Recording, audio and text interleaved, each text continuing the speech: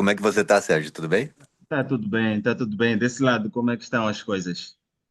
É um pouco frio hoje, chuvoso aqui em Washington, mas fora isso tá tranquilo. Você Ah, tá onde? Maputo, Moçambique. Ok, Maputo, é capital isso, hã? Capital, exatamente, capital. Ok. Estamos aqui na capital. É um prazer tê-lo nesta conversa e permita-me agradecer logo pela disponibilidade. Estamos a falar de um tema bastante relevante e que, na verdade, temos esse espaço para talvez fazer parte deste processo de mudança de paradigmas. Ok. Em meu nome pessoal e em nome da organização, da Associação dos Jornalistas Ambientais, gostava profundamente de agradecê-lo por esta abertura e por nos honrar por esta presença. Eu é que agradeço a oportunidade. Como eu comentei, eu sou cientista de floresta e tenho embarcado nessa tarefa de fazer jornalismo ambiental. Exatamente por sentir uma deficiência no tipo de informação sobre esse setor que estava chegando para o público. Exato, Então eu acho uma excelente iniciativa da associação, né? Me sinto muito honrado, né, e lisonjeado de ter essa oportunidade de participar com vocês e gostaria que isso sim servisse de incentivo para mais profissionais atuarem, né? Nós precisamos que os cientistas, os técnicos passem a ser a voz da ciência, né? exato, Porque senão a gente pode ter uma influência aí perniciosa no que, na informação, na qualidade da informação que chega para o público. exato. Bom, para começar, importa dizer que vivemos em uma era onde os dados científicos são irrefutáveis, as manifestações artísticas também clamam por atenção e as decisões políticas, como todos sabemos, têm moldado o destino do nosso planeta. E conforme dizia no início o produtor Éder, é na verdade um prazer contar com sua presença, assim como é um prazer contar com os que vão nos acompanhar neste debate para discutir um dos maiores desafios na nossa existência, a crise climática global, que é na verdade um desafio que ultrapassa fronteiras geográficas, políticas e culturais e exige respostas urgentes, mas também integradas. E o que nós percebemos neste contexto é que a ciência já fez o seu alerta. Ela nos oferece ferramentas, diagnósticos e previsões, mas ela sozinha não basta. É preciso traduzir este conhecimento, não é, para o coração das pessoas, que só pode ser feito através da arte, com o seu poder de tocar, sensibilizar e mobilizar. Mas, ao mesmo tempo, a ciência e a arte, por mais que sejam, digamos, bastantemente atuantes, elas não podem também exercer esses aspectos todos sem a intervenção da própria política, porque é na política ou na esfera política que as decisões viram leis que, na verdade, acabam sendo recursos para priorizar essas dinâmicas mundiais. E hoje, conforme o tema já diz, vamos refletir sobre esses três pilares: ciência, arte e política, e perceber como é que podem juntos atuar de forma complementar, não é? A se complementar para enfrentar essas crises climáticas globais. Para começarmos o nosso debate, doutora, o que é que se pode dizer? Quais são as atuais narrativas da sustentabilidade e como elas moldam, na verdade, a nossa percepção sobre a crise climática global? Como é que olha para as atuais narrativas sobre a sustentabilidade? É muito bom, Sérgio, essa oportunidade da gente discutir isso. É um campo novo, principalmente para um cientista florestal como eu. Tentar entender. Eu sempre atuei na área de ciência política, né? Eu sempre atuo no órgão das Nações Unidas para a Mudança Climática, no órgão das Nações Unidas para a Biodiversidade e Ecossistemas, sempre nos grupos de política, porque eu entendo que a ciência precisa municiar os tomadores de decisão com a informação correta, não é? Exato. E o que eu percebi ao vir estudar arte, ao estar estudando, me aprofundando na arte, é que esta dramaturgia que a gente vê nos espetáculos, ela é usada pelos políticos o tempo todo. Então, vamos dizer, através da dramaturgia, o político se apropria de um tema, ok? E muitas vezes vai fazer isso de uma forma a atender interesses, né? O político, e aqui em Washington é um exemplo claro disso, inclusive o lobby aqui é algo oficial, né? Então, o político ele tem os seus grupos de interesse. Lógico, ele vem de um grupo, às vezes é de um grupo popular, às vezes é de um grupo industrial, às vezes é de um grupo de agricultores. Então ele vem desse grupo de interesse que colocou ele lá no poder para defender um determinado projeto. Exato. E quando ele chega neste momento que ele se torna um legislador ou um membro do executivo, né, e ele vai ter que trabalhar essa temática do seu grupo de interesse, é nesse momento em que a ciência pode contribuir, Hum, para ajustar os interesses dos grupos específicos para o que a gente vê de realidade dos fatos, né? Então é neste momento que eu acho que a contribuição do cientista é importante e ele precisa aprender a trabalhar com dramaturgia, né? Nós ex- precisamos criar os nossos personagens para que a gente possa fazer com que a nossa mensagem chegue com a mesma qualidade que ela chega pelos políticos.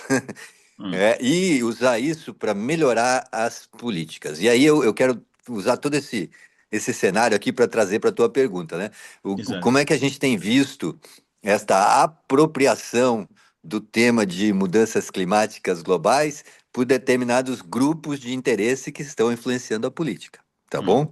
Então, exato. eu fiz uma série de programas aqui no meu podcast, Sérgio, para Exato. falar para as pessoas sobre os compradores de carbono, exatamente para traçar esse perfil.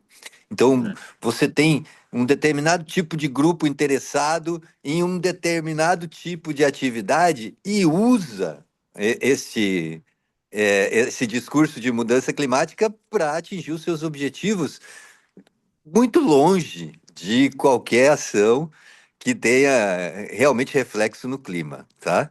Hum, E eu diria assim que para nós dos países em desenvolvimento, essa é uma notícia péssima. exato. Nós temos sido vítimas desse discurso muitas vezes, sabe? E eu, do ponto de vista técnico, científico, tenho procurado sempre dar este alerta, né? Sim. O país em desenvolvimento, ele acaba posando neste cenário de discussões de mudanças climáticas globais como alguém que está passando um pires, não é?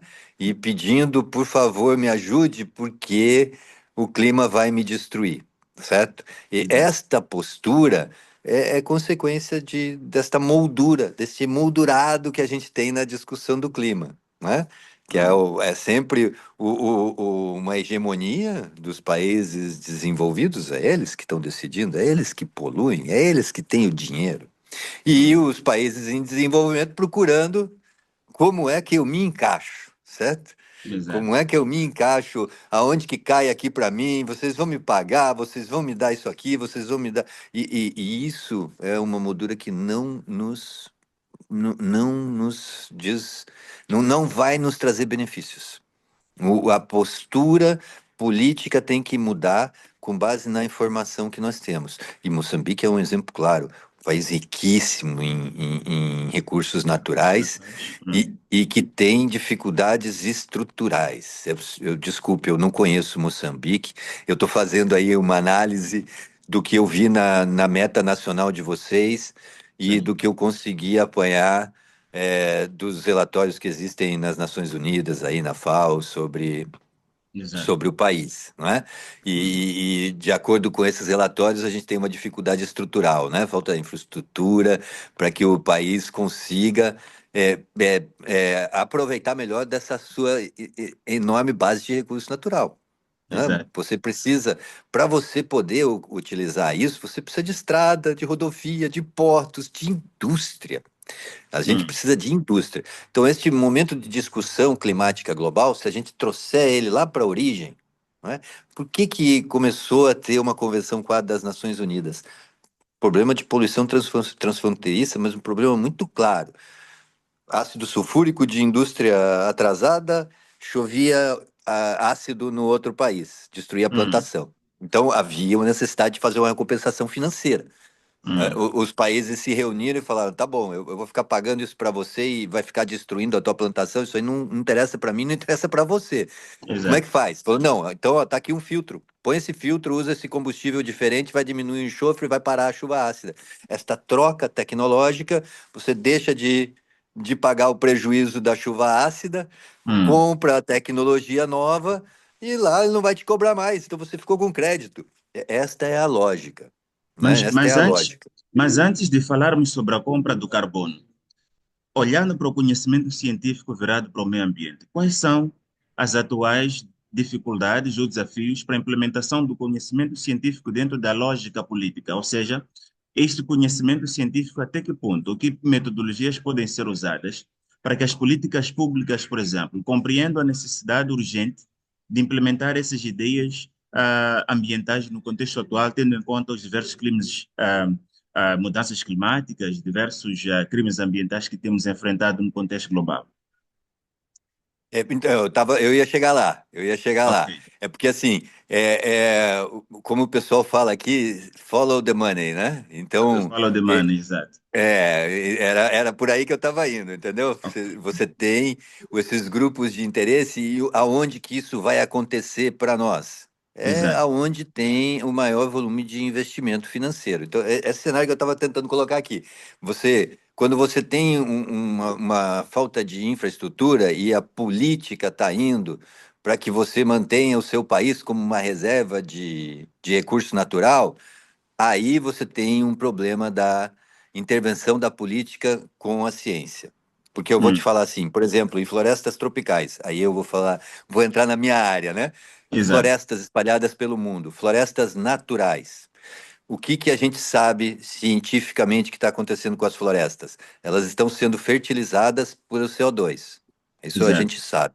Então, o Exato. aumento de CO2 ele leva a um aumento de produtividade no mundo inteiro. O que está acontecendo, por exemplo, num país que tem uma tecnologia agrícola avançadíssima, como o Brasil, como os Estados Unidos? Ganho de produtividade ano após ano. Mais Hum, CO2 na atmosfera significa mais produção de alimentos. E é importante que a gente diga, a produção de alimentos, ela é fruto da fotossíntese. Então, exato. cada quilo de alimento que é gerado, gera 2 quilos de oxigênio, entendeu?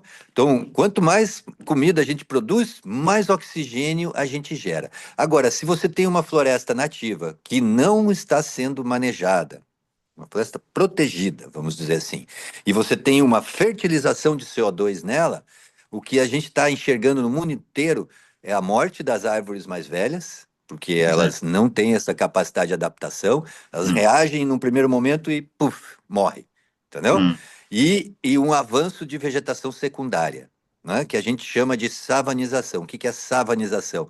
Savanização é perda de árvores e ganho de vegetação secundária, exato. arbusto, liana, ervas, toda aquela vegetação que não é árvore, que não vai Exato. chegar a ser árvore. Então, isso é um processo de savanização. Uma floresta sem manejo, fertilizada com CO2, ela está gerando emissão de CO2 pela perda de árvores. Hum, Aí eu acabei de falar uma coisa que eu tenho certeza que vocês não ouviram aí em Moçambique, que a floresta nativa, do jeito que ela está emitindo carbono. É isso carbono, que está exato. acontecendo. Ela emite carbono porque você não tem um manejo. E aí a gente olha para nossas políticas e fala: poxa, mas por que é que o meu país está querendo receber Red Plus para deixar a floresta em pé? Se Hum, o que eu preciso é de estrada, é de indústria. Aí é hum, que está a política. Você está entendendo? Então exato. a ciência diz para nós o que que você tem que fazer com uma floresta: aumentar a produtividade. Você tem que Hum, aumentar a produtividade. Você está aumentando o CO2, você tem que aumentar a produtividade. Se ela tirava 5 metros cúbicos de madeira, tem que tirar 20, 30. Se ela tirava 30, tem que tirar 40. Este aumento de produtividade é do aumento do CO2. Se a gente não fizer essa retirada, aí a gente vai estar entrando num processo de degradação por superestocagem, né? hum, Porque você tem um limite. Se você atinge este limite, aí a floresta para de ter a função dela de remover CO2. Ela passa a ser o contrário. Porque a floresta, né, é uma árvore, ela tem, faz o processo de fotossíntese, mas ela também faz o processo de respiração. Então, Exato. Hum. durante a noite, quando não há presença da luz, todo aquele CO2 que foi removido é utilizado, né, no processo de respiração da planta, né? Toda aquela energia que foi acumulada durante a fotossíntese, desculpe, ela é utilizada pela planta para quebrar as moléculas, fazer os seus processos orgânicos e ela emite CO2. Hum. Né? Então, a floresta, ela sequestra durante o dia e emite durante a noite. Quando ela está em crescimento, esta taxa é positiva, no sentido de que a taxa fotossintética é maior do que a respiração. Então, ela Hum. acumula biomassa, ela cresce. Quando ela estagna, chega na fase adulta, é zero. A taxa fotossintética é igual à taxa de respiração. Então, acabou a contribuição. Esta é a hora de colher a árvore. Se você não colhe, ela entra no processo de envelhecimento e aí inverte. A respiração é maior do que a fotossíntese, entendeu? Então, Hum. florestas antigas, via de regra, emitem mais CO2 do que sequestro. E aí tem outras consequências, né? Porque eu tenho estudado aqui agora o tema da saúde, né? Exato. Então, florestas que não têm manejo também, e olha, é um dado muito importante. As pandemias e epidemias que existiram no planeta nos últimos 50 anos vieram todas de florestas tropicais. Se você não tem manejo, se você começa a ter uma deposição excessiva de biomassa, espalhamento de fungos, é um ambiente propício para espalhamento de doenças infectocontagiosas.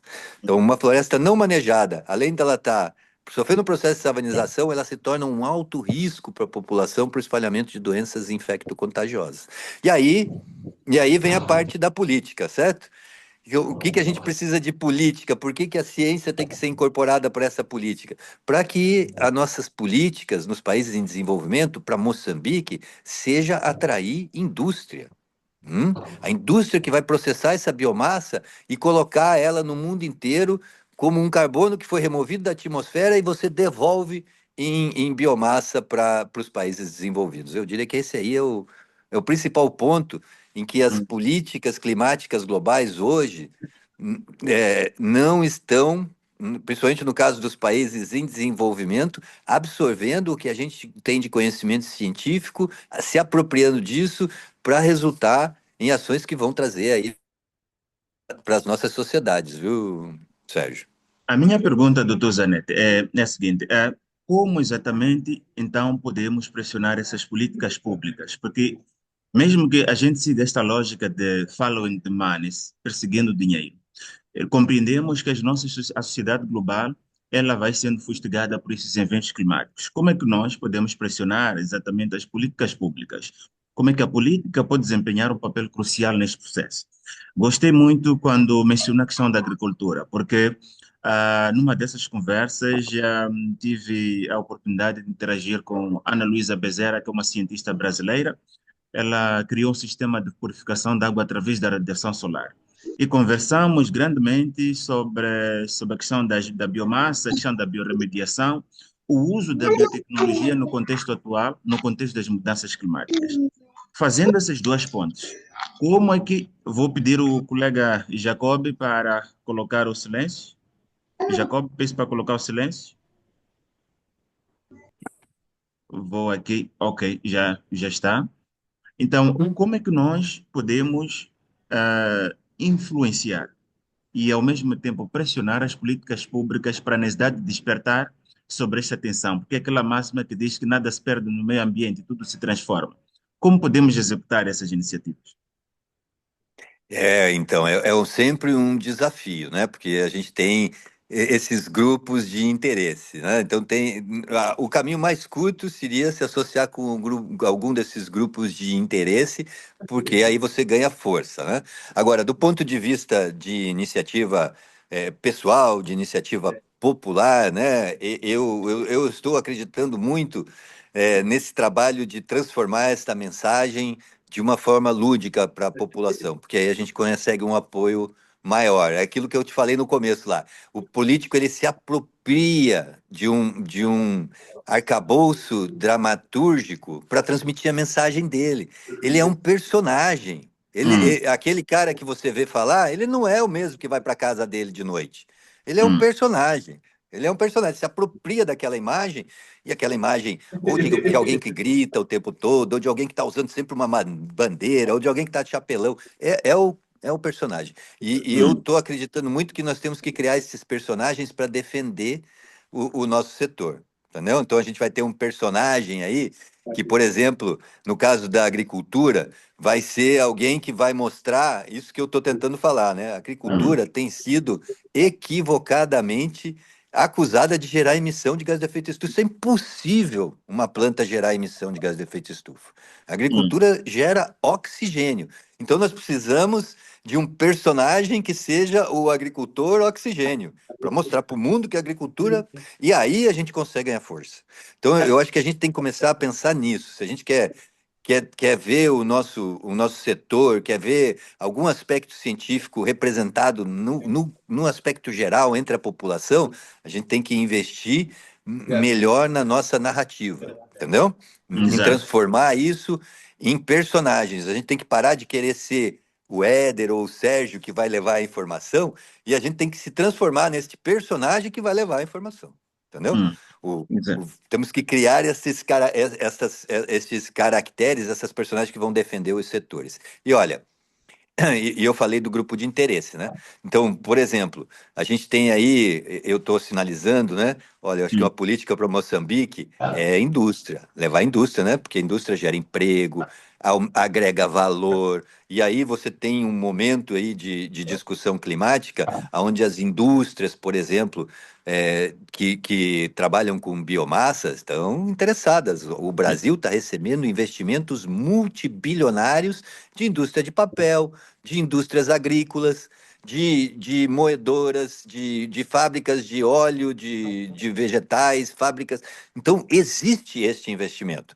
Do mesmo hum, jeito que existe aquele investimento que vai falar para você assim, ó, deixa essa floresta sem mexer e eu vou te dar US$ 100 aí por ano. Você tem aquele investidor que vai te falar, olha, vamos colocar uma máquina aí de US$ 2 milhões, vamos faturar US$ 5 milhões por ano. hum, É uma visão diferente. Por isso que eu falo sempre do follow the money. É esse grupo de interesse. Então, o que que você tem aí por trás dessas duas políticas? Você hum, tem uma política que quer que Moçambique se mantenha, né, como um país agrícola, que não avance. É uma política que fala assim, ó, guarde isso aí é reserva, fiquem na reserva. E olha, eu costumo usar o exemplo do espelhinho e do apito, sabe? Os europeus, quando vieram aqui para o Brasil, lá para o Brasil, eles davam espelhinho e apito para os índios para eles se acharem bonitinho, fazer barulho, e exato. levavam tudo que eles queriam. Então hoje, o espelhinho e apito nosso é floresta tropical. Olha que floresta linda! Deixa isso aí intocado. É espelhinho e apito que estão dando para a gente enquanto avançam. Né? Hum, Eu estou aqui nos Estados Unidos, o presidente Trump está preparando uma civilização multiplanetária. As pessoas aqui estão pensando em ir para Marte, em levar 1 milhão de habitantes para Marte antes de 2035. Isso coloca a tua população com outra, com a pessoa acorda de manhã com um outro espírito. É isso que nós temos que levar para os nossos países, né? A pessoa tem que olhar que o Moçambique vai avançar, que Moçambique vai se tornar uma nação soberana, que vai ter infraestrutura, que vai ter indústria. Isso que a pessoa tem que acordar de manhã envisionando. Aí a gente consegue fazer com que as políticas públicas também reflitam isso. Não exato. sei E, se não, é deixei isso, se eu interessante essa deixei sua claro. perspectiva, é interessante a sua perspectiva. Na verdade, em forma de parênteses, este debate do Trump, já que menciona esta necessidade de chegar a Marte em 2035, eu tive uma conversa, na verdade, há alguns anos com um astronauta que espera-se que seja a primeira a caminhar em Marte. Tive uma excelente conversa com a Alyssa Carson. Como deve saber, ela está em preparação na NASA para ser a primeira astronauta a caminhar em Marte nesta perspectiva. Havia essa ideia de 2033, mas já penso que com essas ginásticas todas pode se atrasar um pouco. Mas é um debate interessante para ver como as sociedades já elas estão evoluídas. Na verdade, estamos em sintonias, aliás, em perspectivas muito contrárias. Enquanto estamos a dar os primeiros passos, estamos a ver realmente Estados Unidos a tentar explorar Marte, que é uma coisa que está numa outra galáxia, aliás, para os países que ainda estão com debates atrasados. Mas olhando exatamente para esta lógica que nos apresenta, qual é o estudo comparado? Temos duas perguntas antes de entrar para a procuração de debate. Na verdade, essas eram questões introdutórias. Primeiro, qual é o estudo comparado que pode fazer ao nível do mundo, ao nível da região, tendo em conta o posicionamento dos países em relação ao tema que nós debatemos aqui? E, acima de tudo, tem a plena certeza de que esta interdependência entre a arte e a política, a ciência, podem, digamos, propor soluções viáveis face a essa crise climática global que nós enfrentamos. Muito bom, Sérgio. Olha, eu estou aqui no Kennedy Center e o Kennedy Center está no meio de 3 semanas. Nós estamos aqui no meio de 3 semanas de exposição sobre da Terra para o espaço. Então, o Exato. pessoal da NASA está todo aqui, tá? O Mars Rover estava aí, eu subi, dirigi ele, tá cheio de cientista aí. Eu não sei se a Carson está aqui, mas ela filmou aqui com um Ima- dos meninos com o nosso embaixador aqui, Imagino que ela né? esteja aí porque viu alguma reação dela, é uma pessoa de contato, temos estabelecido algum contato. Imagino que esteja aí, sendo que é uma das astronautas já, que será a ser integradas nesta missão para Marte nos próximos anos. Isso. Então, eu acho que é esse paralelo que eu estou tentando fazer. Os nossos países têm que ter esta mesma perspectiva de futuro, sabe? A gente tem agido quando entra nesses temas de discussão global, passando pires. O que que você vai me dar? O que que você vai fazer e tal? E não, a gente tem que ser business country. Nós temos que trazer propostas de negócio. Invista no meu país que você vai ganhar dinheiro. Não me ajude que eu sou um coitadinho. Não é esta mensagem, ela atinge um público muito restrito. Entendeu? Essa mensagem, eu sou um coitadinho, o mundo vai acabar e me ajudem, pelo amor de Deus, você atinge muito pouca gente.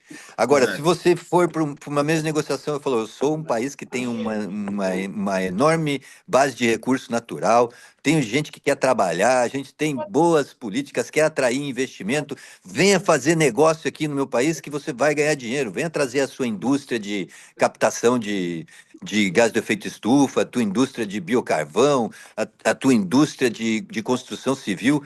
Por sinal, a construção civil, a gente presta pouca atenção nisso.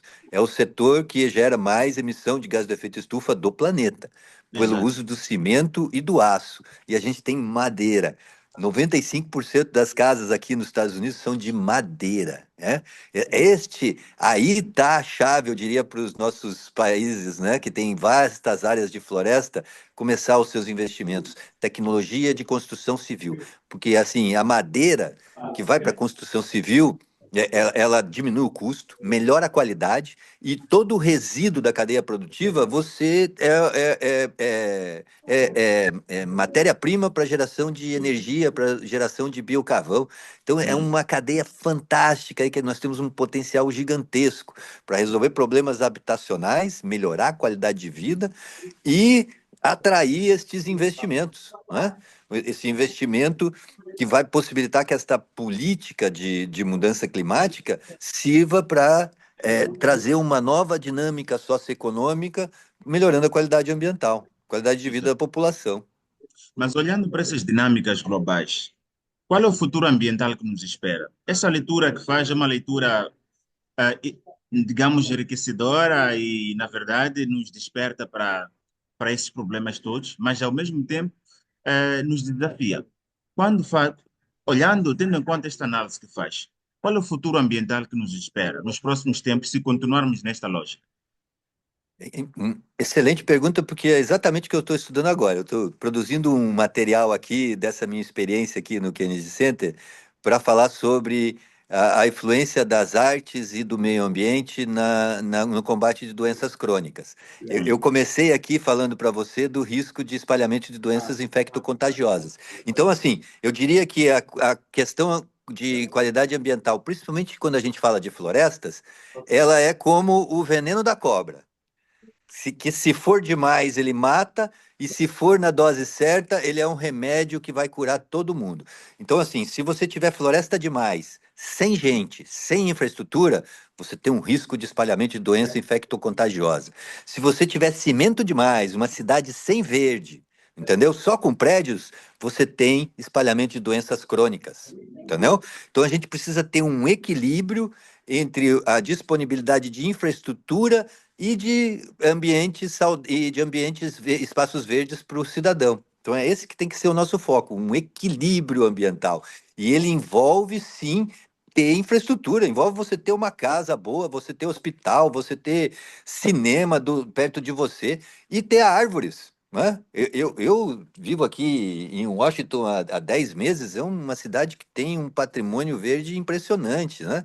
Hum, E o Kennedy Center aqui, a gente pode chamar de modelo. A gente está aqui numa área de 18 acres de terra, né? Que seriam, se divide por 4, vai dar aí 5 hectares de terra, né?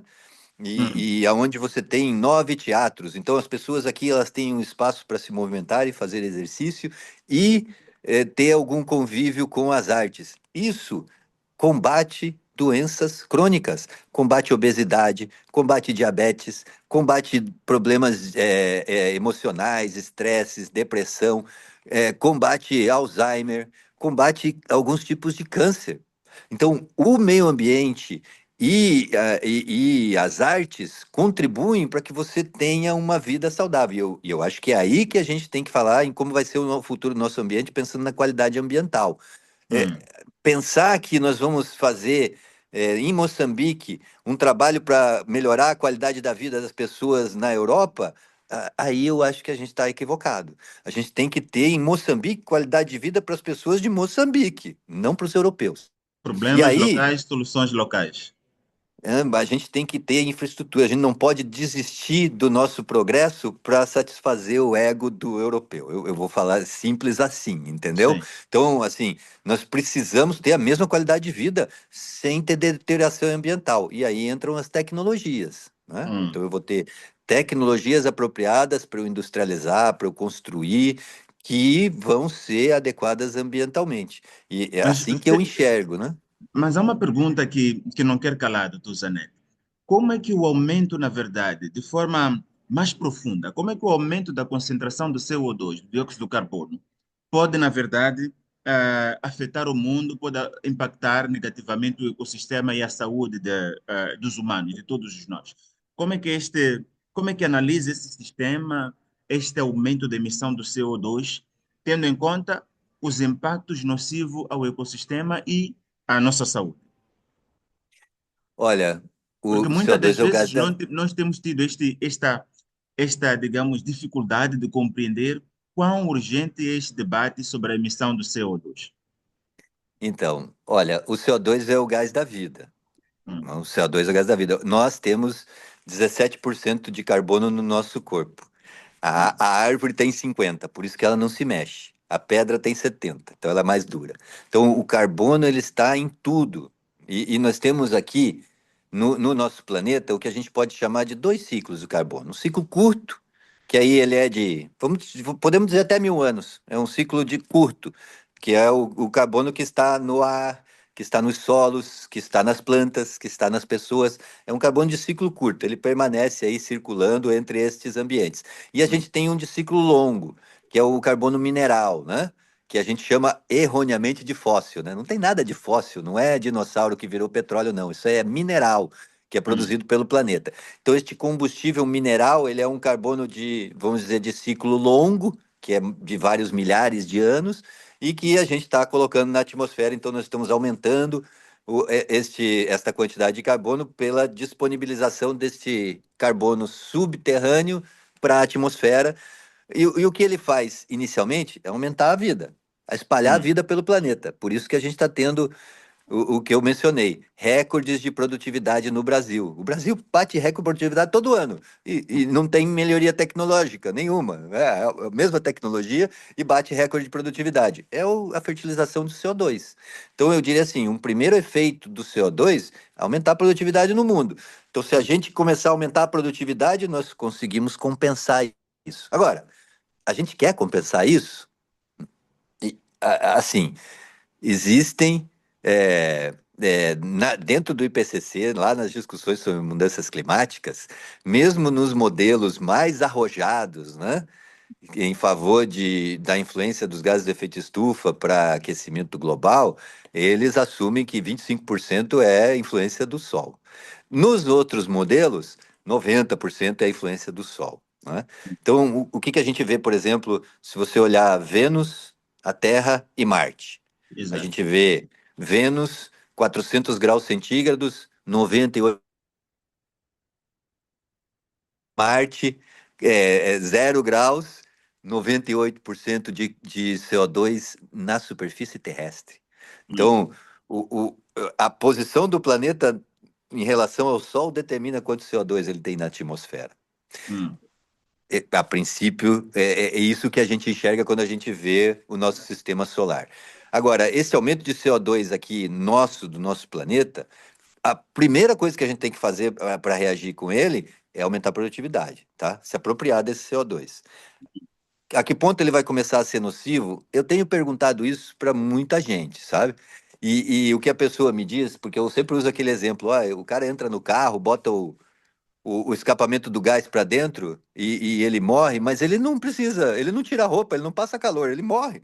Aí a pessoa falou para mim, não é o CO2, é o CO, é o monóxido de é o carbono que monóxido. mata. Ok. É o mono... Então, eu diria assim, eu não enxergo problema no CO2. O que a gente tem de problema nas cidades é o monóxido de carbono que mata as pessoas, né? Da queima desse combustível mineral nesses grandes aglomerados populacionais.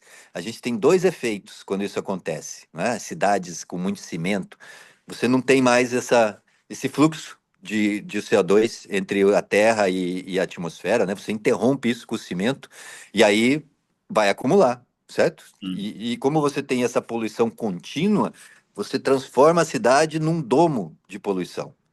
Né? ah, Eu vejo isso quando eu vou lá no Brasil, por exemplo, você sai de Curitiba, minha cidade, e vai para São Paulo, me dá uma agonia, porque o avião vai descendo naquela nuvem preta, sabe? É um preto que você tem, negro, que fica ali acumulando de poluição, de queima de combustível fóssil. Então você cria este fenômeno na cidade e aí assim nocivo para as pessoas, mata as hum, pessoas.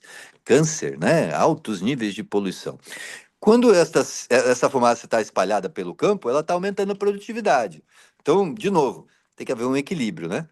As cidades têm muitas soluções. Eu diria, carro elétrico é a melhor delas, né? Para de queimar combustível fóssil, combustível mineral dentro da cidade. hum, E depois, hoje existe captura direta, né? De CO2, as DACs. É ventilador ao contrário, gigantão. Assim, você põe dentro da cidade, ele ajuda a limpar o ar. hum. Eu diria que isso aí são soluções. E a gente precisa de mais espaços verdes nas cidades, né? As cidades Exato. precisam de espaços verdes para melhorar a qualidade de vida e o tempo de vida das pessoas. É um Hum, prejuízo essas mortes prematuras que a gente tem por poluição. E as doenças crônicas, né? O mundo está ficando obeso hum. e diabético. Não é isso? E estressado, com depressão, e isso é falta de espaço verde, falta de arte na vida das pessoas. Mas olhando para essa perspectiva, olhando para essa perspectiva das emissões, há condições para a monitoria das emissões? Temos tecnologia, digamos, de ponta pronta para realmente controlar estas emissões ao redor do mundo? E quais são os desafios para a melhor monitoria dessas emissões? Olha, medir emissão é uma medida direta de queima de combustível mineral e de uso de carvão mineral. É uma medida direta. Você tem aí a quantidade que está indo para os países, ela vai ser emitida, né? Hum, A questão sempre na mensuração vem dessa questão florestal, quanto que a minha floresta sequestra e tal.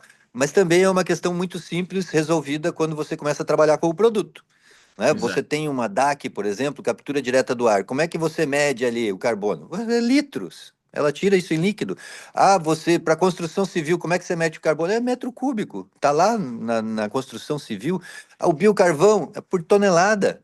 Então, as tecnologias hoje que estão lá na UNFCCC, passíveis de gerar créditos de carbono, todas elas são medidas diretamente. Quando você vai para o setor de floresta, aí você começa a ter taxas de desconto, né? Incerteza. Claro que você tem incerteza. Você tem árvores que sequestram 5 quilos de CO2 por ano e você tem árvores que engordam mais de 120 quilos de CO2 por ano. Então, é lógico que você tem uma variação, principalmente quando você trata de floresta nativa. Depois você tem um outro grande problema que é o da reversão, né? Disso aí Hum, pegar fogo, da árvore morrer. E um terceiro grande problema, uma terceira grande barreira para florestas nativas sem manejo entrarem no regime, que é exatamente contribuição para o desenvolvimento sustentável. Se você tiver aí 2.000 hectares de floresta que você dedica para um projeto de Rede Plus, você gera zero de emprego. Agora, se esses 2.000 hectares foram utilizados para produzir madeira para construção civil e produção de biocarvão, você gera 0,03 por hectare, você gera 60 empregos. Entendeu? Numa exato, mesma área, numa mesma área, você gera 60 vezes mais benefícios, né? Então, é esse olhar que a gente precisa começar a ter, né, para as nossas florestas. Como um patrimônio, sim, é um patrimônio. Mas o que que adianta o teu patrimônio se tiver no bolso do outro? exato. Né?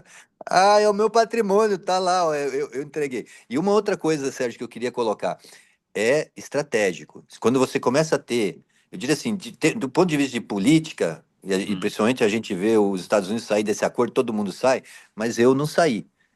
O acordo meu é que eu quero que as empresas sejam limpas. E o que que eu estou querendo dizer com isso? O sim, consumidor. Então, a partir do momento que você tem um consumidor que ele está interessado em comprar um produto que não tenha carbono, que ele está interessado em. Aí você passa a ter isso como um fator competitivo. Você não pode exato, vender isso. exato. É essencial para o teu país você ter a capacidade de produzir sem gerar emissão. Aí você pega crédito e vende para o europeu, ele vai vender o produto dele sem emissão. Vai ganhar de você. Aí o europeu vai lá no mercado, vai olhar um chá produzido na Inglaterra e vai olhar um chá produzido em Moçambique. O chá da Inglaterra é carbono neutro com crédito de Moçambique e o de Moçambique não tem carbono. Ele vai emitir porque ele entregou o crédito antes. Mas é justo, estava aqui a pensar enquanto falava, é justo que os países do sul global arquem com as mesmas metas, mesmas consequências de redução do carbono que as grandes emissoras. Como é que nós podemos equilibrar esta justiça climática? Porque há este debate ao redor do mundo. Devemos pagar pela mesma moeda, sendo que existem os que mais poluem, os que mais emitem. Como é que olha para este debate que está sendo, na verdade, travado ao nível digamos, das latitudes globais? Sérgio, sempre quando chega nesse ponto do debate, eu cito a Bíblia, sabe? Tem uma parte, uma parábola da Bíblia em que Jesus fala dos talentos, certo? Ele fala dos talentos. Então ele pegou os talentos e distribuiu por três empregados. Deu 30 para um, deu 10 para outro e deu 5 para o outro. E aí ele ficou um ano fora, voltou. E falou: E aí, o que que vocês fizeram? O cara dos 30 talentos falou: Ó, tá aqui os teus 30 e toma mais 60. Eu peguei os teus 30, fiz comércio aqui com o pessoal e tal, e fiz eles lucrar. Tá, toma 90 de volta, patrão. Hum, Aí o outro, você ganhou 10, o que que você fez? Ah, eu não tinha os 30, mas eu consegui aqui fazer o dobro. Toma 20 de volta. E hum, aí o dos 5, ele falou, eu te dei os 5, o que que você fez? Puta, eu sei que você é um cara que exige da gente mais, eu fiquei com medo, enterrei, toma aqui teus 5. Aí o que que ele hum, falou? Pega os 5 desse aí e bota ele para fora. A quem muito é dado é para que se multiplique, né? hum. E aquele que tem pouco e acha que vai morrer, esse vai morrer mesmo. Então, eu diria que Exato. é essa postura que a gente tem que assumir. E Moçambique é um país rico em recurso natural. Não Hum, pode ir para uma mesa de discussão pedindo de pires que alguém, entendeu? Você tem que ir hum, atrair investidor. Ó, eu tenho uma floresta, cadê a indústria? Você tem uma indústria, você não quer produzir madeira lá e mandar para cá?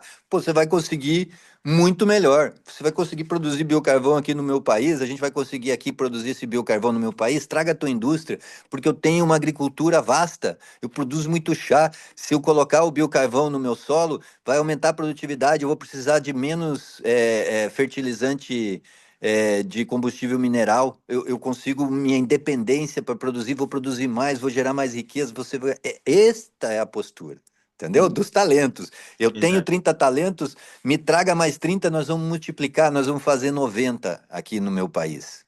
Hum, E, claro, buscando qualidade ambiental, mas nesse sentido, qualidade ambiental para Moçambique, não Exato. qualidade ambiental para o outro país, certo? Hum. Eu preciso manter a minha qualidade ambiental para que eu possa absorver mais indústrias. Então eu não vou vender meu crédito. Ah, você é europeu, quer o crédito por quê? Ah, porque a minha indústria de chá aqui está precisando. Traga a indústria aqui em Moçambique. Aqui a gente tem ambiente de sobra. Você pode pôr tua indústria aqui que tem chá suficiente, tem terra suficiente para absorver o teu carbono.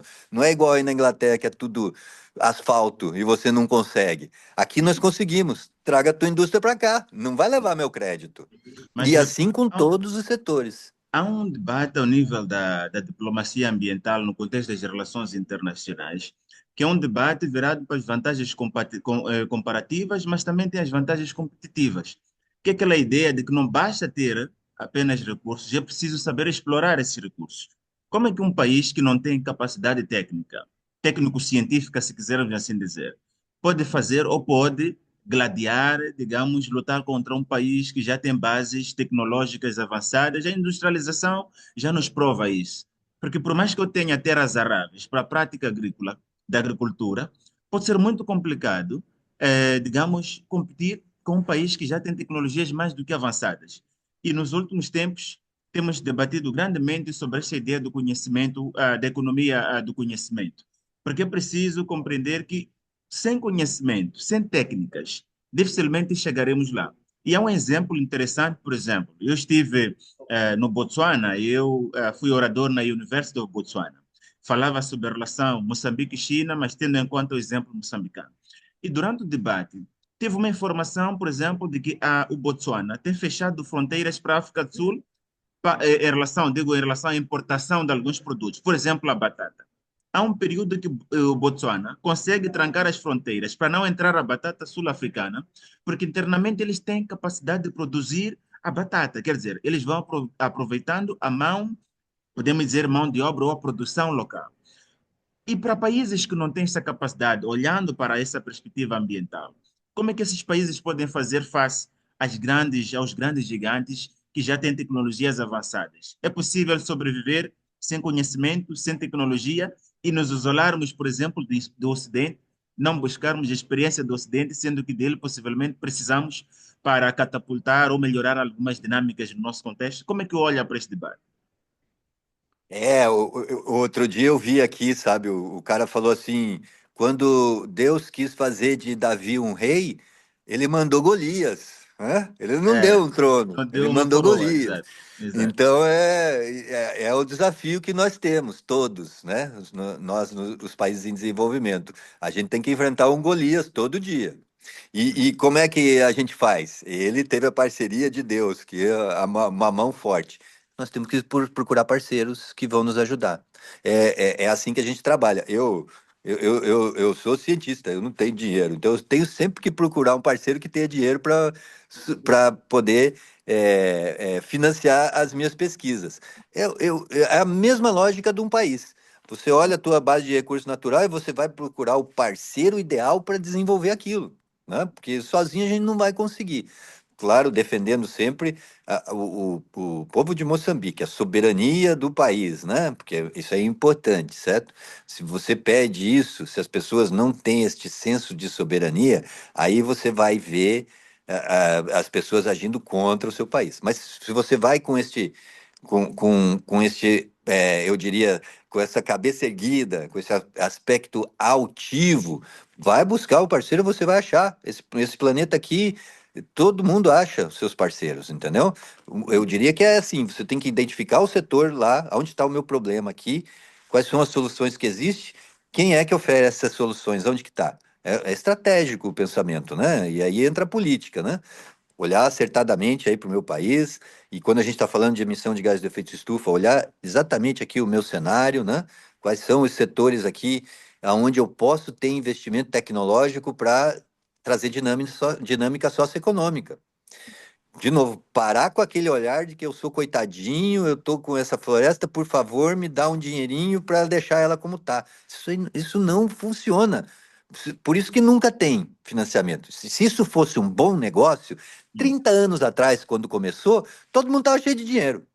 hum, Não atrai. Vai ter um ou outro lá que tem interesse específico lá no seu país. Ah, eu prefiro que eles não comecem a produzir nessa área e tal. É um ou outro. Agora, se você for lá e falar, porra, eu tenho 600 mil hectares de floresta aqui, ó, prontinho para ser explorado. Preciso aqui de indústria madeireira, preciso de indústria de biocarvão, preciso de infraestrutura. Cadê as indústrias? Ah, esse aqui, esse aqui. Você vai ver os que estão buscando investimento sempre, o dinheiro não para. Tem sempre um dinheiro buscando por bons projetos, né? Ainda hum, mais se é de nível nacional, né? Se você tem toda uma conjuntura, né, que te dá estabilidade, né? Isso é muito importante. O país tem que oferecer estabilidade, né? Para que ele atraia investimento, né? Não pode ter uma política que hoje é de privatização, amanhã quer estatizar tudo, vai assustar investidor, entendeu? Assusta o cara, eu vou botar meu dinheiro aí, daqui a pouco o cara não, entendeu? e, Então, a no- estabilidade é muito importante para garantir que você receba investimento. E depois a postura, né?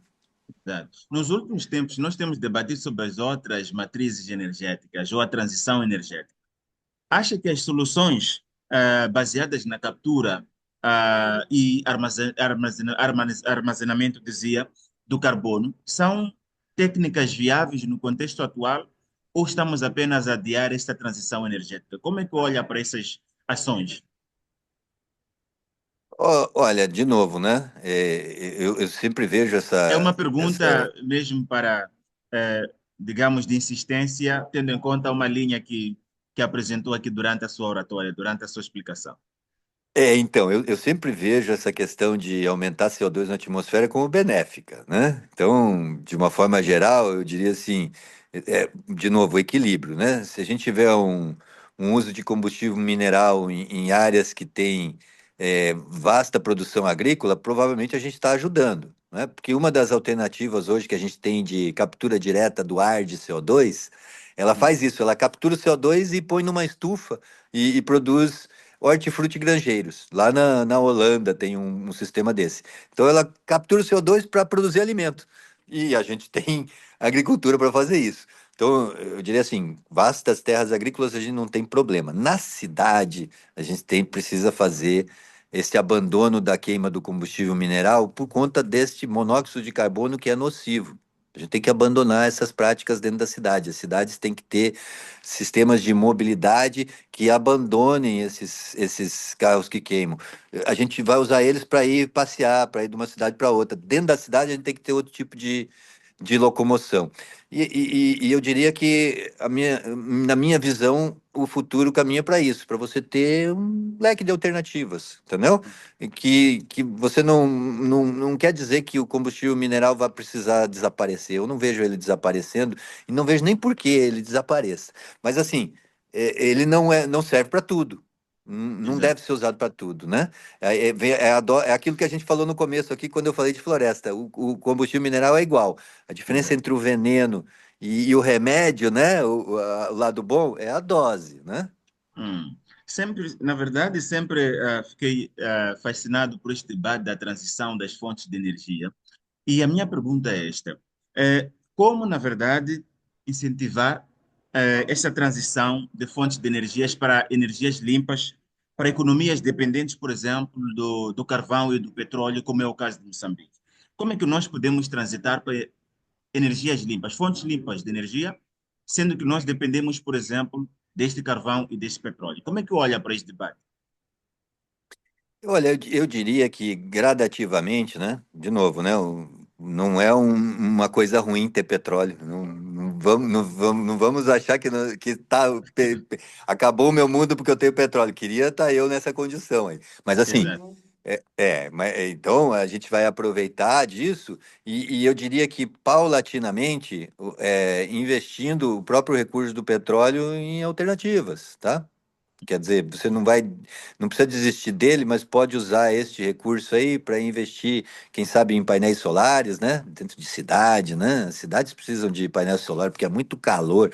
Em cima de corpos d'água, né? A gente precisa colocar painel solar em cima dos corpos d'água, porque aí a gente reduz a evapotranspiração, né?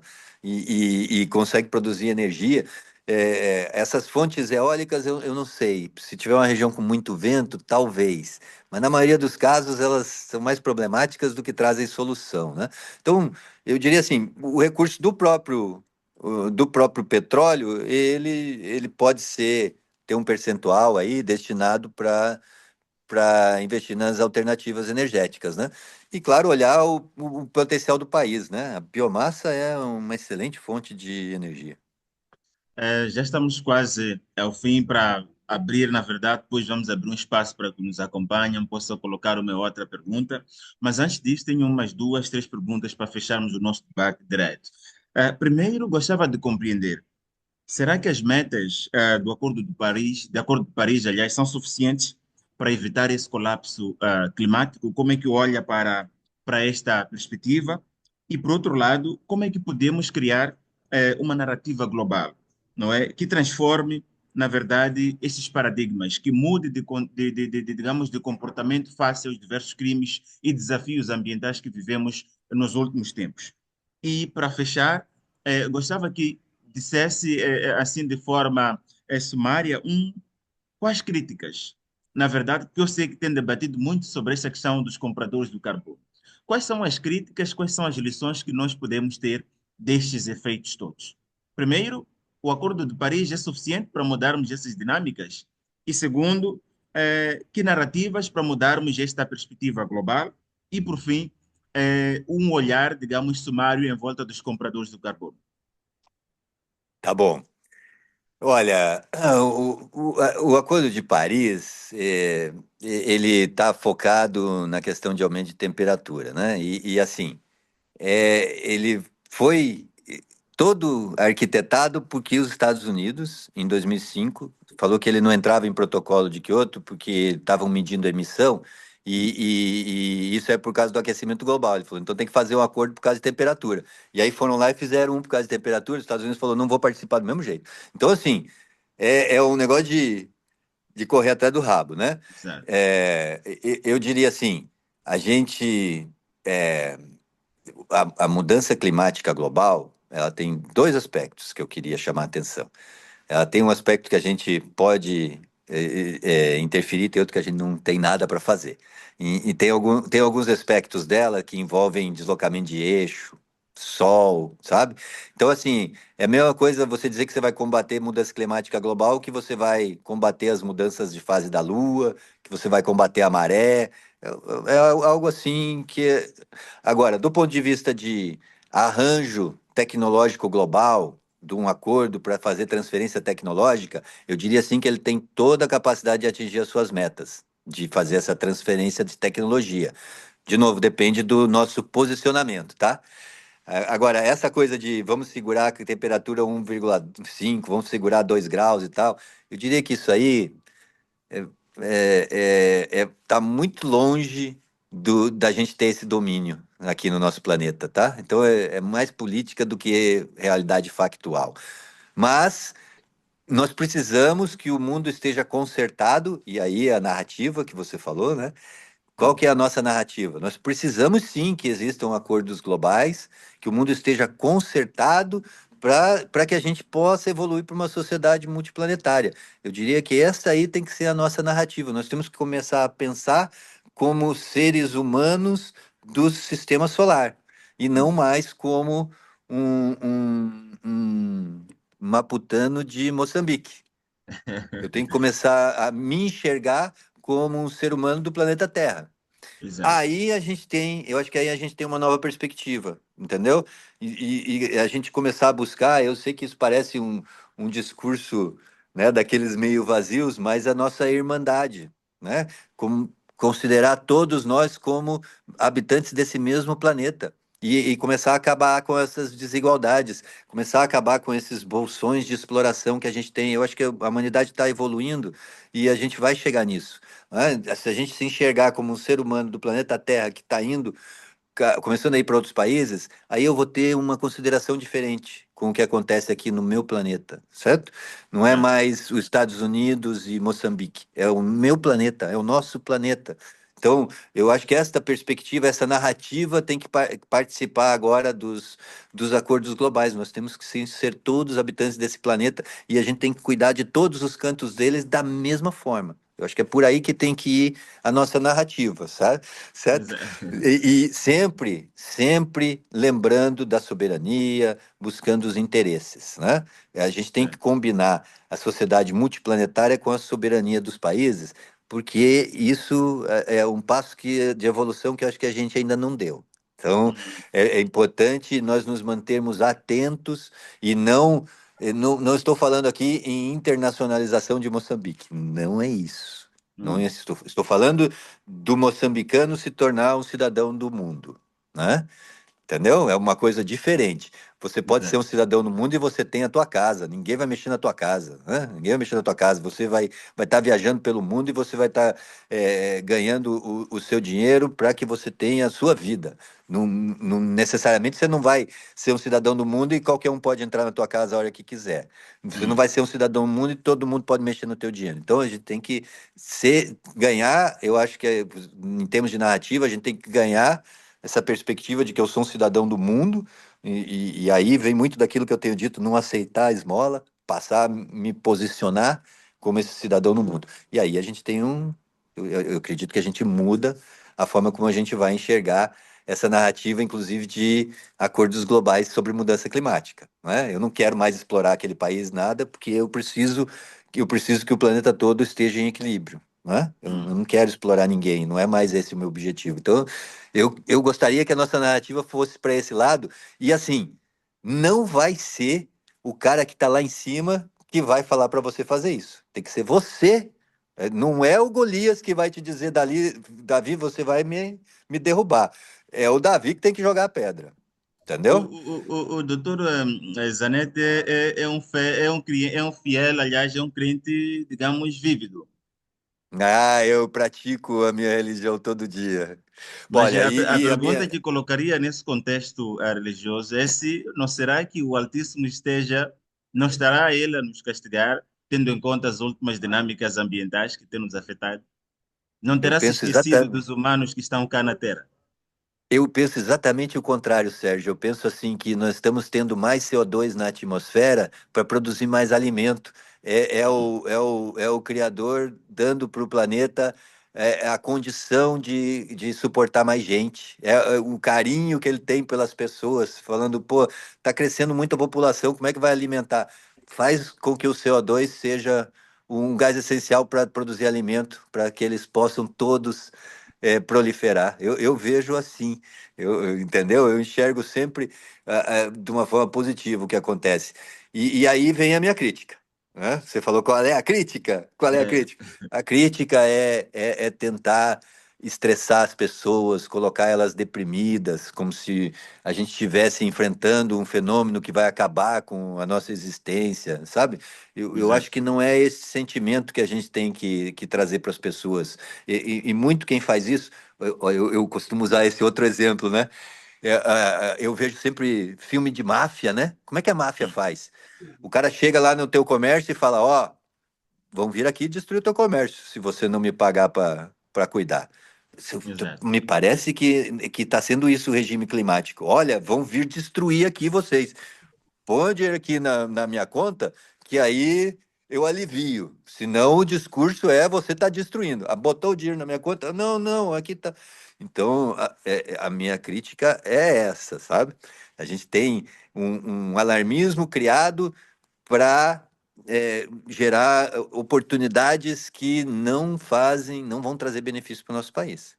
Então, Uau. a gente tem que considerar, sim, que tem uma questão tecnológica, eu diria que se posicionar tem tecnologia, nós precisamos de tecnologia, precisamos de infraestrutura, precisamos, e vamos fazer isso aproveitando desta oportunidade de investimento aí, através dessas tecnologias que vão trazer dinâmica socioeconômica com qualidade ambiental para o meu país, entendeu? Ah, E não exato. porque, olha, o mundo vai acabar, me ajuda, me dá.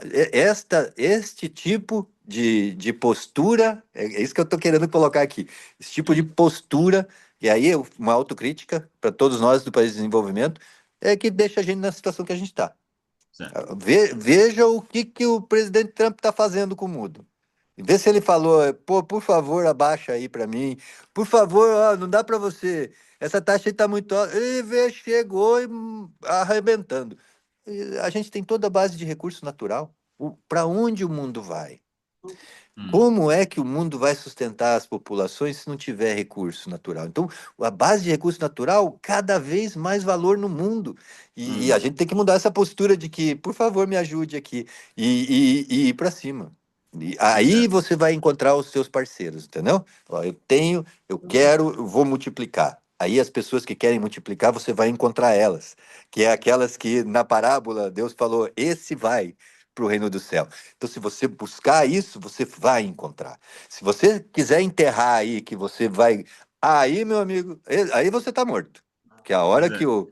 o Criador chegar e perguntar o que que você fez com toda a riqueza natural que eu te dei, aí eu já estava com medo que ia acabar o mundo. Aí eu te diria assim: o patrão pode ficar bravo, entendeu? Não, muito obrigado a doutor Zanetti por esta conversa magnânima, profunda, enriquecedora e ao mesmo tempo didática.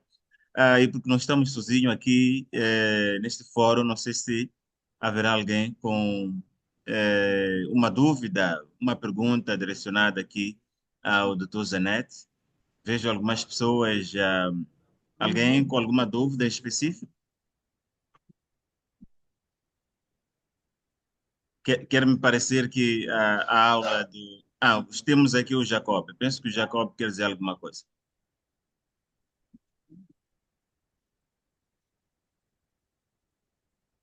Alô? Penso que... Sim, muito obrigado. sim, sim, Não pode sei se prosseguir. está audível. Pode prosseguir, estamos a ouvir. Sim. Ah, eu vou intervindo um pouco a questão das mudanças climáticas globais. Depois vou me centralizar um pouco no caso de Moçambique, que é o país onde eu me... Sim. Estamos a ouvir, Jacob. Parece que ele está com problema de conexão. Sim, sim, penso que a internet. Jacob ainda está aí? Penso, o Jacob acabou, não sei se saiu, mas enquanto o Jacob não se comunica, em forma de conclusão, quais são as recomendações que deixa e qual é a nota final que daria? Digo, nota em forma de quais são as informações adicionais que pode dar a esta palestra que nós estivemos aqui digamos, a organizar. O que é que se pode adicionar em relação ao nosso debate e quais são as recomendações que deixa, em forma de conclusão? Vou começar pela recomendação no sentido de mudança climática. Eu diria que o país tem que se debruçar sobre o seu inventário de gás de efeito estufa e sobre as suas NDCs de uma forma mais agressiva do ponto de vista de buscar parceiros comerciais, tá? Hum. Essa é a minha recomendação. Olhe mais com mais carinho para o seu inventário e produza metas que vão trazer investimento. Essa é a recomendação básica. Olha, Sérgio, um trabalho excelente, tá? Uma oportunidade que a gente tem de discutir, né? De trocar esses pontos de vista, essas perspectivas. Eu gostaria que você continuasse, pode contar comigo aí. Eu Obrigado. posso te indicar colegas também, sabe? Se eu pudesse te dizer alguma coisa, continue, avance, tá? Avance. Isso que você está fazendo propicia aí para o pessoal de Moçambique, né? Esta perspectiva diferente, né? Claro, a gente eu estou vivendo aqui em outro país, vou te trazer outra perspectiva, você está no teu país, vai trazer a tua, e você está indo buscar isso, né? Essas diferentes perspectivas. Você é um buscador da verdade, porque o Khalil Gibran, ele fala isso, né? O árabe fala isso, o diamante, a verdade é um diamante de 1000 faces. Quanto Exato. mais faces ela tiver, mais ela vai brilhar. E eu acho que é aí que está o seu brilho, tá? Buscar essas diferentes faces para esse diamante de verdade aí que você está procurando lapidar. E eu acho muito fortuito que eu tenha tido essa oportunidade aqui contigo. Segue firme aí, tá? Obrigado, professor. Obrigado, doutor Zanetti. Foi um enorme prazer. Esperamos conversar consigo nas próximas oportunidades e, quiçá, termos esses links para conversar com outros profissionais preocupados com as dinâmicas ambientais. Estamos abertos para receber e, acima de tudo, trocar ideias e aprender. Amém. Obrigado. Nos Muito vemos obrigado. numa outra oportunidade. Muito obrigado pela disponibilidade. Um abraço.